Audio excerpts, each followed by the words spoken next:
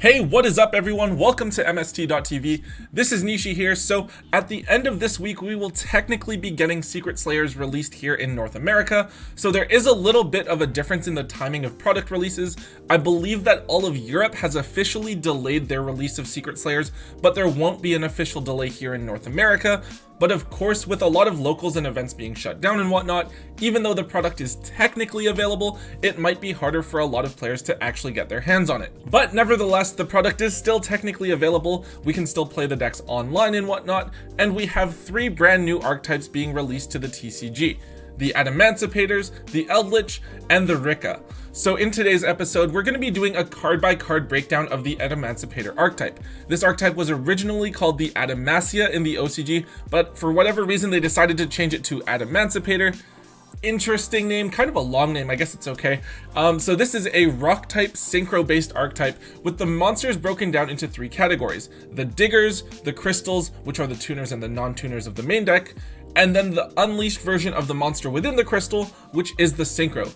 It's a really cool deck with a lot of potential, and it meshes really well with some other generic rock type cards that we have in the game. So yeah, we're going to be doing a breakdown of each of the cards from this archetype, and then also looking at some older cards that would work well with the strategy as well. So please guys, if you enjoyed this video, please be sure to hit that thumbs up button for me, and be sure to comment down below if you'd like to see me do a similar video for either the Eldritch or the Snowflower archetypes later this week. Alright guys, let's jump right into it. First up, let's take a look at just the tuners in the deck. So we have 3 different tuners, 2 level 2s and 1 level 4, all of which are earth attribute, and each of them has 2 different effects. So the second effect for each of them is the same, allowing you to excavate the top 5 cards of your deck, special summon a level 4 or lower non-tuner rock monster that you excavated, and put the remaining cards on the bottom of your deck in any order. So the idea here is that these cards are digging through your deck for the various crystal monsters in order to bring them out on the field, where you can then synchro with them. However, you are not necessarily locked into just Adamancipator cards, so you can summon other rock types depending on the situation, maybe if you already have an extender in your hand that you can synchro with. Now each of these also has its own unique summoning condition, where you can special summon these cards out of your hand. Seeker, the level 2 on the left here, can be summoned if you control an Adamancipator card already, and Researcher, the one in the middle, can be summoned if you have a rock type monster on the field. Analyzer, the level 4, can be summoned only if your opponent controls a monster but not you, so it's not as useful maybe if you're going first. However, all of these cards can be normal summoned as well if needed. So yeah, these are among the primary cards that you're going to want to see in your opening hand. They can get additional bodies onto the board to facilitate synchro summoning and getting your combos going, so they're really good.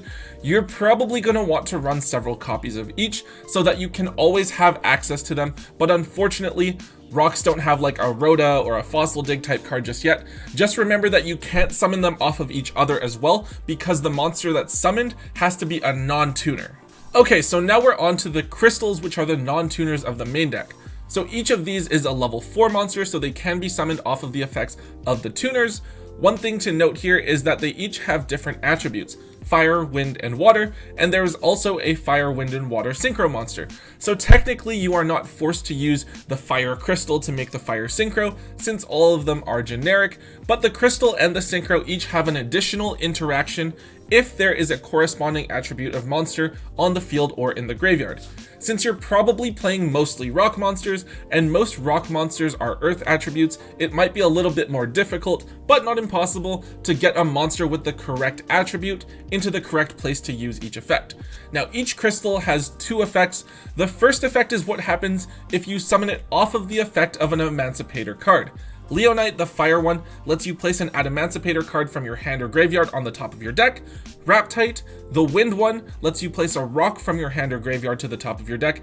And Dragite, the water one, lets you just draw a card. Note that you get these effects if it's summoned by any Adamancipator card, not just the tuners.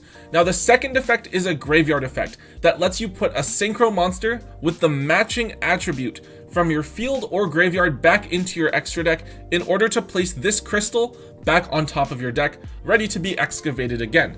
So the ratios of how many of each crystal you want to play is kind of difficult. Like, obviously you want to have enough crystals in your deck so that you don't miss when you're excavating with the tuners, but at the same time, the crystals basically provide no value if they're just sitting in your hand, so you don't want to see them very often. Fortunately, there are lots of ways to play with the deck so that you can stack yourself the crystals and guarantee a hit, which is kind of cool. I think the water one, Dragite, is definitely the one you're going to want to hit the most often because the draw is an actual +1 as opposed to just putting a card on the top of your deck, unless you have like a specific follow-up play that you're going to be attempting right away after. Okay, so next up we have the Adamancipator Synchro monsters, all of which I think are actually really amazing for the deck. So as I mentioned before, there's a fire, wind, and water one. They actually have the same names as the crystals, Leonite, Raptite, and Dragite, but now they're risen as opposed to Adamancipator crystals. So right off the bat, Leonite and Raptite are level 6, but Dragite is a level 8. Now, even though the water crystal is also a level 4, the same as the rest of the crystals, if you still want to use it, it means that you're probably using Analyzer as the tuner, since it's the only level 4, unless you want to use multiple non-tuners, or you want to make one of the other 6s and then use another tuner to go into the 8, kind of up to you. So yeah, Dragite is a little bit harder to make, but it is definitely, in my opinion, the strongest of the synchros. Now, each of these synchros also has 2 effects. The first is an ignition effect, where you get to excavate the top 5 cards of your deck and then apply a certain effect. Leonite allows you to add any Adamancipator card that you excavate to your hand, including the spells and traps, which is really cool. Raptite, the wind one, allows you to special summon a rock monster that you excavate onto your field in defense position. This is a really cool effect because it allows you to put additional bodies onto the board that you can combo with, or alternatively you can put up like a Kohake Mars or a Fossil Dinah for some disruption, depending on your build. Dragite's effect is really only useful going second, as you bounce cards from your opponent's field equal to the number of rocks that are excavated by this effect. I guess this is appropriate because the level 4 tuner that you're probably going to use to make this card gets its summon only if your opponent controls a monster and you don't. Now, in each case, the cards that you excavate that you don't take go to the bottom of your deck in any order. Now, each of these synchros also has a second effect, a quick effect that you can activate during your opponent's turn, but only if you have a monster in your graveyard that's the same attribute as the synchro. So this is kind of like rewarding you for using the appropriate crystal to make the synchro monster, though you can get around this if you happen to play other fire, wind, or water monsters. I guess if you have a card like Ash Blossom, then you could use the fire one's effect. Anyways, so the fire one lets you summon a rock monster from your graveyard. This one's pretty cool, allowing you to summon a Fossil Dinah to stop your opponent from special summoning, which is kind of nice. Raptite, I think, is the weakest one. It just gives you like a DD Crow effect to banish a card from your opponent's graveyard. And Dragite is the strongest, as it's the hardest to bring out, allowing you to negate the activation and effect of a spell or trap card. So yeah, all of these cards I think are really cool. Leonite and Raptite are great cards because they function both as combo extenders, but they also have the ability to disrupt your opponent. Dragite I think is really only good as like a going second card, but it helps to set up those OTKs, which is really amazing. So remember, each of these cards can also be put back into the extra deck by the effects of the crystals, so you definitely don't need to play 3 of each, probably just 1 or 2 copies. Moving on here, we have 2 Adamancipator spell cards. The first one, Adamancipator Laputite, is a field spell that has a really straightforward effect. 1, it boosts your rock monsters by 500 attack and defense points, which I guess is kind of nice, kind of whatever. Second, during your main phase once per turn, you get to take up to 5 Adamancipator cards and place them on top of your deck in any order. So this is a pretty useful field spell. It basically guarantees that you're going to hit your next Adamancipator excavation, whether that's with the tuner or the synchro. For the most part, you usually only need to hit 1 in order to proc the appropriate effect, so that's fine. This can be really devastating though if you use the effect of the water synchro, Dragite, to bounce 5 of your opponent's cards back to the hand and then OTK them. So yeah, definitely a good field spell. Unfortunately, it doesn't provide any actual advantage in and of itself. It doesn't let you search or add a card to hand or anything like that. So I'd probably only play 1, maybe 2 copies of this card. Now, on the other hand, the normal spell Adamancipator Signs is an absolutely phenomenal card. This is basically a monster reborn for rocks, allowing you to take any rock monster from your graveyard and special summoning it. Now, this doesn't limit you to just Adamancipator cards, which is great, but if you do choose an Adamancipator card, you also get to take a level 4 or lower rock monster from your deck and put it on top of the deck, which is really cool. So really simply, you could use this to bring back like the Wind Synchro, Raptite, and then top deck a rock monster that you want to summon, then use the Synchro Raptite's effect to summon it directly out of the deck. Now, because this is a combo deck, this card is definitely really helpful because if you can get rocks into the graveyard, it allows you to extend your combos really easily. Best of all, this card isn't even a once per turn, so you can use it multiple times in the same turn. So yeah, Signs is definitely a card that you're going to want to run 3 copies of, as it's absolutely one of the best cards in the Adamancipator deck. Next up, we have a couple of trap cards, and unlike the rest of the cards in this archetype, these are pretty simple. So we have a normal trap Adamancipator Relief, which is basically an Icarus attack, allowing you to tribute Adamancipator monsters from your side of the field in order to pop cards on your opponent's field. But the bright side of this card is that you can tribute more Adamancipator monsters to destroy more of your opponent's cards, which is some nice flexibility to have. The other trap, Adamancipator Resonance, is a counter trap that you can only activate if you control an Adamancipator Synchro monster, and it allows you to negate an activated monster effect and destroy the card.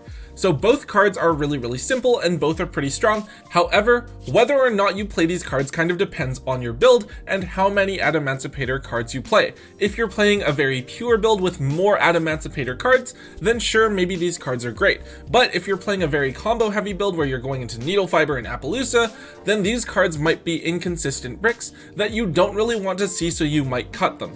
I think that at the moment, the more combo-centric builds are stronger, so I might actually look into minimizing the number of traps in the deck that you play, despite how strong they are on the surface.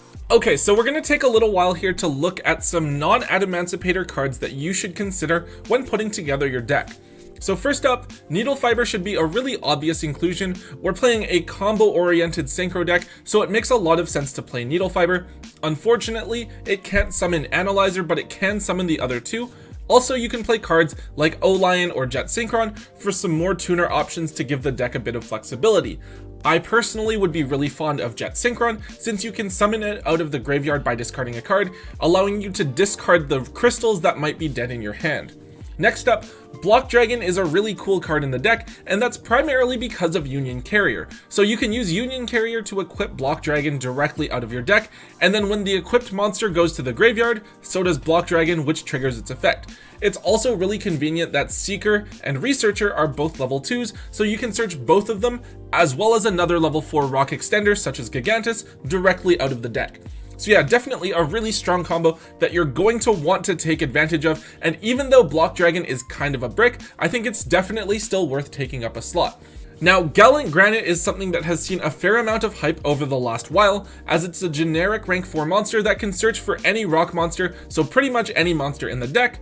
Now, this may seem like a really good card on the surface, but it's actually kind of awkward to make, as going into Gallant Granite kind of disrupts the flow of the deck. It's still something that I would definitely want to play at 1, because it can be useful at certain times. It can search cards like Nibiru or the Kohake Mars, which is really cool, but just don't expect to be making it every single game.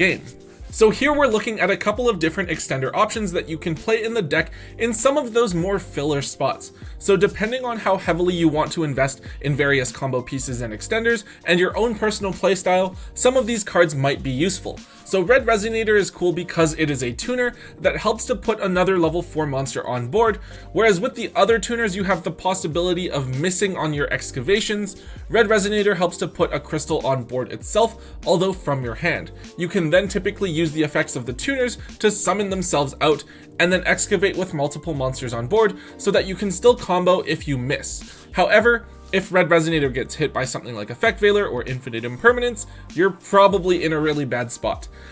Next up, Gigantus is a really cool extender that has actually seen some play in decks like Burning Abyss because it's very easy to summon just by banishing an earth monster from your graveyard. Typically, this is a great target to search off of Block Dragon alongside the two level 2 Adamancipator tuners, and it's a free, relatively large body on board. Now, Doki Doki and Sentry Soldier of Stone are two that I'm a little bit less fond of. Doki Doki allows you to put another monster on board by discarding a monster from your hand, but this isn't a tuner and is typically going to eat up your normal summon. This card is included as a reprint in Secret Slayers as well, but personally I'm not fond of this card at all. Sentry Soldier of Stone is actually a really interesting one, as you get to summon it for free from your graveyard if you control only rock monsters. Now, notably, it is an earth monster, as are the Adamancipator tuners, which could lead to a Naturia Beast play potentially. However, it might be a bit difficult to actually get this card in the graveyard, since the Adamancipator cards put excavated cards back on the bottom of the deck rather than into the graveyard. So yeah, depending on if you play a way to get this card into the graveyard consistently, it might be worth looking at, I don't know. But yeah, of these cards, I think that Red Resonator and Gigantus are definitely the ones that you should be considering for your deck first. Next up, let's look briefly at the Kohake Mars. So these are some cards that are actually really cool. They have really simple effects, but can be quite disruptive. Basically, each of them is a 1900 attack point body, and you contribute each one to negate a specific type of card. Overload allows you to stop the summon of a monster, Sandman hits traps, Wall hits spells, and Guardian stops monster effects. Depending on the game, each of them might be useful in their own particular situations. For example, Guardian might be helpful in playing around Nibiru, or Sandman might be sided to help stop evenly matched.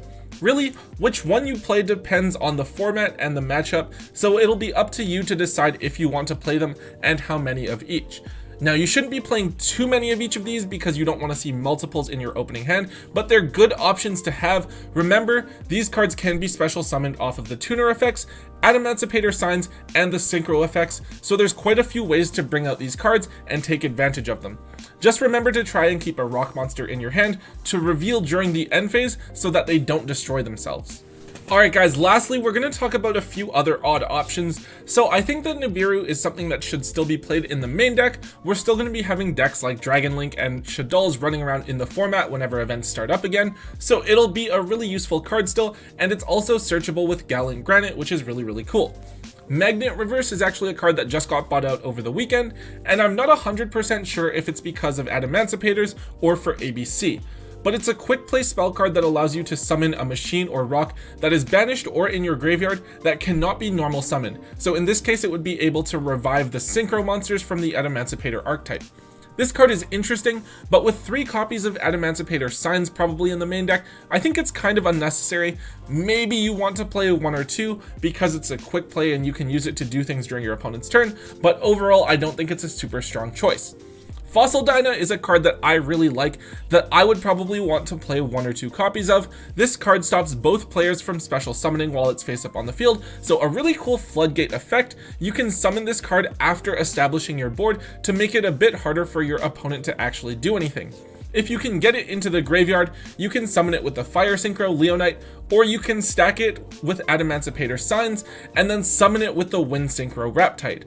Also with the field spell, it does get boosted to 1700 attack points and 1800 defense points, so it's a little bit harder to get rid of. And then finally, the last card I want to mention here is Archfiends Oath. So with the ability to stack the top card of your deck consistently, Archfiends Oath has the potential to be a card that allows you to pay 500 life points basically just to draw an extra card every turn, which is pretty good. It's certainly interesting, though I can definitely see times where the card is just a brick if you can't stack your deck properly, or you need to stack and then excavate right away, so you can't get value out of Archfiends Oath. If you're wanting to play a more casual version of this deck that's a bit more fun, I think it's a really interesting tech option to try, but if you're looking to play a super consistent build and play it at big events, this might be a card I'm looking to stay away from. Alright guys, that is it for today's episode. I think personally of the 3 archetypes out of Secret Slayers, Adamancipators are the archetype I'm most excited about. They seem really cool, and from what I've seen, you can make some pretty scary boards with them. It's just kind of unfortunate that Glow Up Bulb and Brilliant Fusion are both now banned, because they would have been really strong additions to the deck, but oh well, what can you do?